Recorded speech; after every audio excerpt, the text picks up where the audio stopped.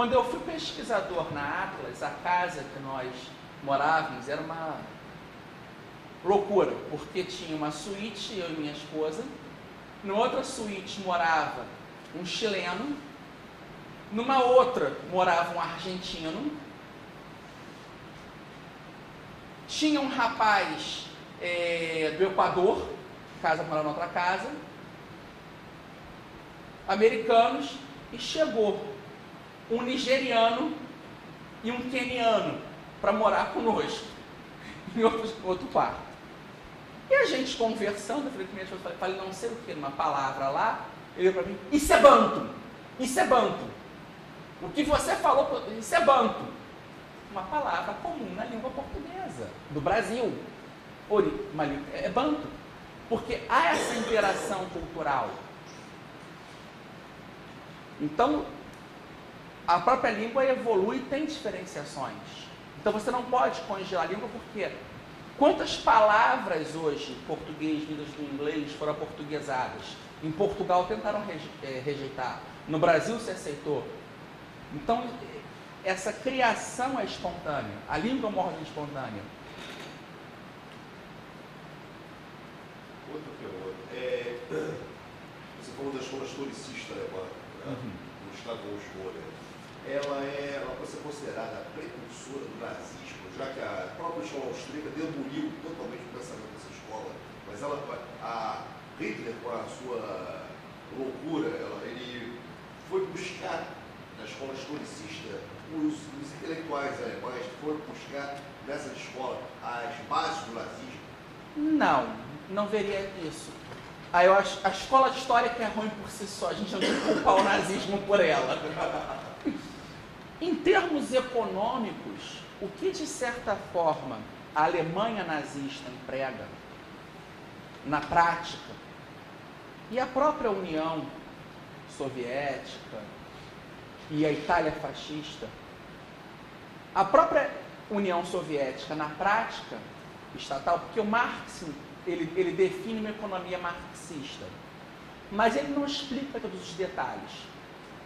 Ele diz que vai surgir, ele dá algumas explicações, só que na hora que o marxista vai tentar explicar, vamos pegar um exemplo das grandes economistas marxistas do século XX, John Robinson. Ela faz o quê? Ela tenta unir Marx com Keynes. E foi uma grande interlocução. O Hayek teve longos debates sobre a teoria dela, em outros aspectos. Ela vai buscar no keynesianismo fundamento marxismo. Na União Soviética, de certa forma prática, era uma mistura de mercantilismo com nacionalismo. E eu vejo a prática dessas ditaduras um economista muito esquecido, que é o List, que defende a ideia da economia nacional, isso no começo do século XIX.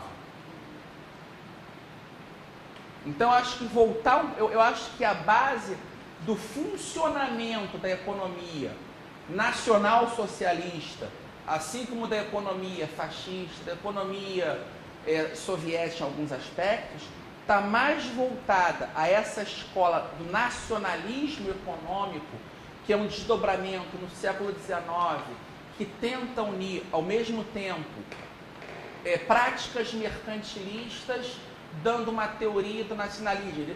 Ele vai modernizar o mercantilismo com o pensamento de Hegel.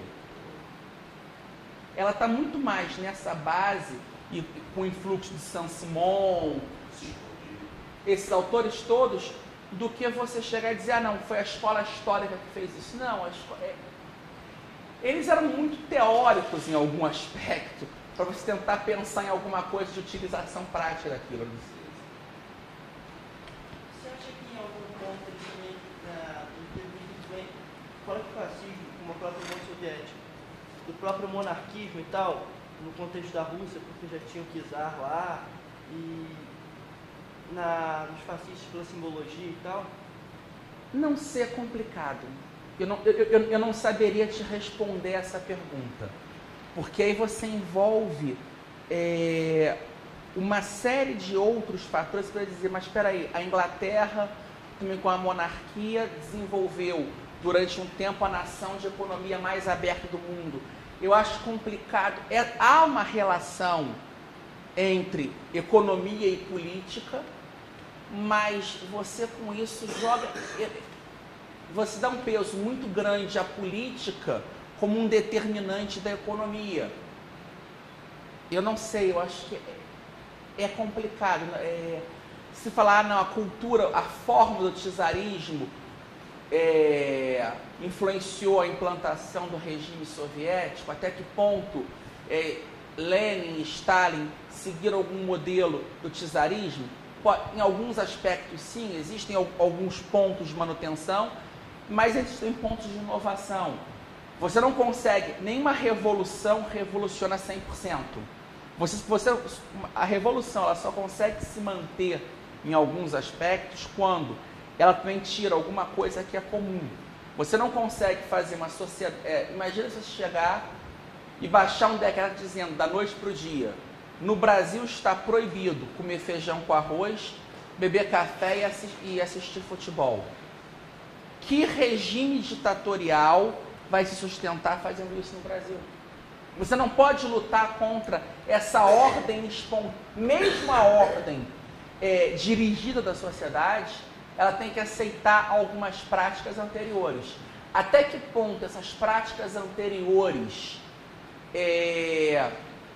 se relacionam com o regime seguinte, eu não sei te dizer, porque a gente cai no problema do princípio da causalidade de Hume. Até que ponto isto é por causa disso ou isto aconteceu depois daquilo? Então, muitas vezes, e a crítica toda do Hume na causalidade é isso, há uma tendência humana a querer achar causas necessárias em coisas que não têm causa, apenas veio um antes do outro. A incerteza paira até nisso. Eu não saberia te responder. Se eu te tentasse dar uma resposta firme aqui, eu não te estaria dando aula, eu estaria sendo um charlatão. Vamos jogar daqui lá embaixo. Eu estaria mentindo para você. E, como eu disse, para encerrando, a grande premissa da escola austríaca é o socratismo na economia. Eu não sei. Às vezes a melhor resposta que você pode dar é eu não sei. É a modéstia dele que está falando. Eu não posso responder isso. Eu acho que a gente tem que buscar esse exemplo da escola austríaca. Eu não sei.